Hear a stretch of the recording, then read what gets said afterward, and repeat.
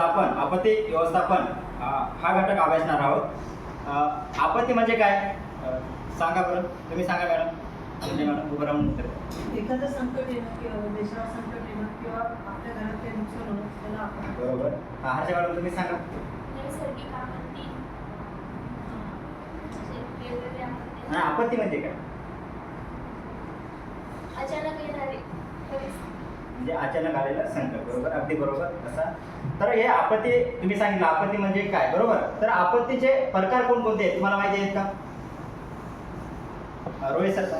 मानवनिर्मित आणि नैसर्गिक. हा, अगदी बरोबर. तर मानवनिर्मित जे आपत्ती असते, बरोबर, त्याचे उदाहरण सांगा बरं भोसले मॅडम तुम्ही. मानवनिर्मितमध्ये जसं की वायू प्रदूषण, नाही, मानवनिर्मित. हां, वायू प्रदूषण आहे आणि जशी की वायूवरती झाली जी भोपाळ दुर्घटना होती ती एक मानवनिर्मितीच आपत्ती होती. अगदी बरोबर. आणखी काय सांगता येतील रोहित सर? हां, सांगा मॅडम. अपघात होणे हां, किंवा अगदी पूल बरोबर. कोसळणे. हां, हां, छान, बरोबर. तुम्ही सांगा नैसर्गिक जी आपत्ती असते त्याचे उदाहरण सांगा. नैसर्गिक आपत्ती म्हणजे जसे की जास्त पाऊस पडला, दुष्काळ पडणे, हां, पूर येणे, हां. डोंगर दरी कोसळणे. अरे बाबा, अगदी बरोबर. कारण की आपत्ती व्यवस्थापन, मग मला सांगा, जी आपत्ती असते तर त्याच्यासाठी आपण काय प्रयत्न करू शकतो? म्हणजे तुम्हाला काय वाटतं कोणते प्रयत्न केले पाहिजे आपत्तीचे व्यवस्थापन करण्यासाठी? हां, सांगा मॅडम. जसं नैसर्गिक आपत्ती असते, हां. पाऊस कमी पडतो किंवा दुष्काळ पडतो त्याच्यासाठी आपण भरपूर झाडं लावू शकतो. हां, अगदी बरोबर. मानवनिर्मितीसाठी जे अपघात असतात, आपत्ती असतात, त्याला रोखण्यासाठी काय उपाय कराल भोसले मॅडम सांगा बरं. मानवनिर्मित म्हणजे काळजी काय घ्यायचं तुम्हाला जर वाटते त्या शब्दामध्ये? काळजी म्हणजे होणार नाही आपल्याकडून, असं घडणार नाही याची काळजी घेतली पाहिजे. बरोबर. आपत्ती आता आपण बघितले. आपत्ती म्हणजे काय तुम्हाला माहिती आहे. आपत्तीचे प्रकार पण बघितले, बरोबर. तर आता अचानक तुमच्या गावामध्ये जर भूकंप झाला तर तुम्ही काय कराल? रोहित सर काय कराल त्यावेळेस? सर्वांना एखाद्या सेफ ठिकाणी नेण्याचा प्रयत्न करेल. सेफ ठिकाणी. हां, बरोबर. मोकळ्या मैदानात नेण्याचा हां, उभं प्रयत्न. राहून उत्तर द्या. मोकळ्या मैदानात जमा होण्याचा सूचना दी. आणखी तुम्हाला काय वाटतं मॅडम? त्यांना हां, घराच्या चौकटीत उभं करण्याचा प्रयत्न अगदी म्हणजे त्याचं बरोबर. त्यांना पण सूचना चौकटीत का उभं केलं जातं? की त्या चौकटीत ते अटकले तर म्हणजे जे काय म्हणतात भूकंपामुळे जे भूसंकलन होतं हां, हां. त्याच्यात ते अटकणार म्हणजे त्या चौकटीत दरवाजामध्ये उभं राहण्याचं महत्त्वाचं कारण म्हणजे काय असतं? सेफ्टी असतं. जे चौकट असतं ना ते त्याच्या जबर असतं. म्हणजे आपल्यावर जे वरून छत वगैरे पडतात त्याच्यात तो टाळण्याचा प्रयत्न महत्त्वाचा असतो. जर तुम्हाला आता हे सांगले जर पूर आला तर कोणत्या उपाययोजना कराल? आता आपल्या गावामध्ये अचानक पूर आला तर तुम्ही काय करणार बरं? लोकांची कोणती मदत करणार? हर्षा मॅडम सांगा. जर अचानक तुमच्या गावामध्ये पूर आला तर तुम्ही काय कराल?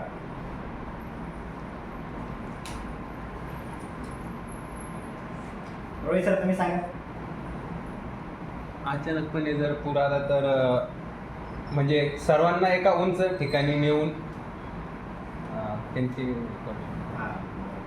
पण तुम्हाला काय वाटतं आता हे आपत्ती व्यवस्थापन आहे तर सरकारकडून तुम्हाला काय अपेक्षा असतात? म्हणजे कोणत्या सुविधा मिळाव्या? म्हणजे आपत्ती जर एखादी आता एक्झाम्पल आपल्या छत्रपती संभाजीनगरमध्ये पूर आला तर एक माणूस म्हणून, एक कर्तव्य म्हणून तुम्हाला काय अपेक्षा आहे शासनाकडून? शासनाने पाणी रोखण्यासाठी काहीतरी उपाय केले पाहिजे, धरण बांधले पाहिजे. हां. आणि त्वरित त्या काळासाठी समजा आता एक आपत्ती संकट आलं आहे तर तुम्ही एक माणूस म्हणून काय मदत कराल लोकांची? माझ्याकडून जेवढं होईल तेवढं म्हणजे जर लोक कुठं फसलेले आहेत त्यांना बाहेर काढणं, हां. त्यांच्या जेवणाची वगैरे व्यवस्था तुम्ही करणं. सांगा. बरोबर आहे तुमचं. बरोबर सांगा. तुम्ही सांगा.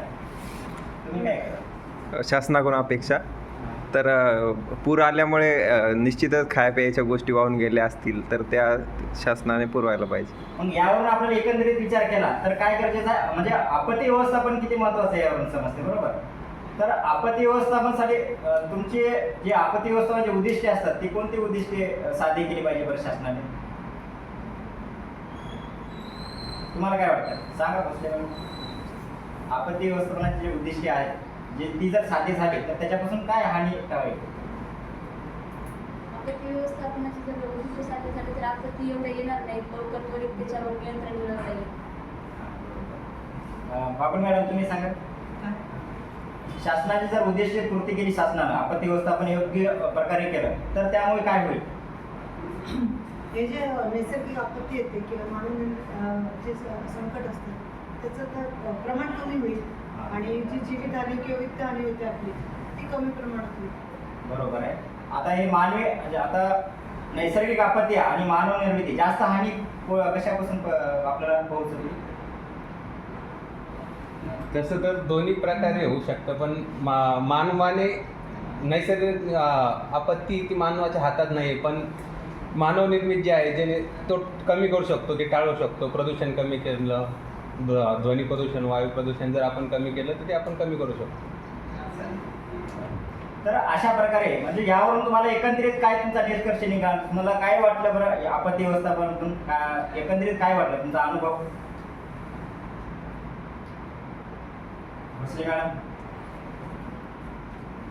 तुमचं काय आता एकंदरीत आपत्ती व्यवस्थापन तुम्हाला काय वाटतं? आपत्ती व्यवस्थापन केलं तर नियंत्रण मिळवता येईल ना सगळ्या संकटांवर वगैरे. जसं की पूर आला तर त्याचा पूर्वीचं नियोजन असेल थोडंफार तर मग मदत होईल ना. नैसर्गिक प्राणहानी होणार नाही, एवढी जीवितहानी होणार नाही आणि मालमत्तेची सुद्धा नाही होणार नाही. म्हणजे अशा प्रकारे आपण आज आपत्ती व्यवस्थापन बघितलं. आपत्ती व्यवस्थापनामध्ये आपण नैसर्गिक आपत्ती, मानवी आपत्ती, त्याच्या उपाययोजना कोणत्या असतात, त्याचे कशा प्रकारे होते हे आपण या ठिकाणी आज अभ्यासलेलो आहे. धन्यवाद.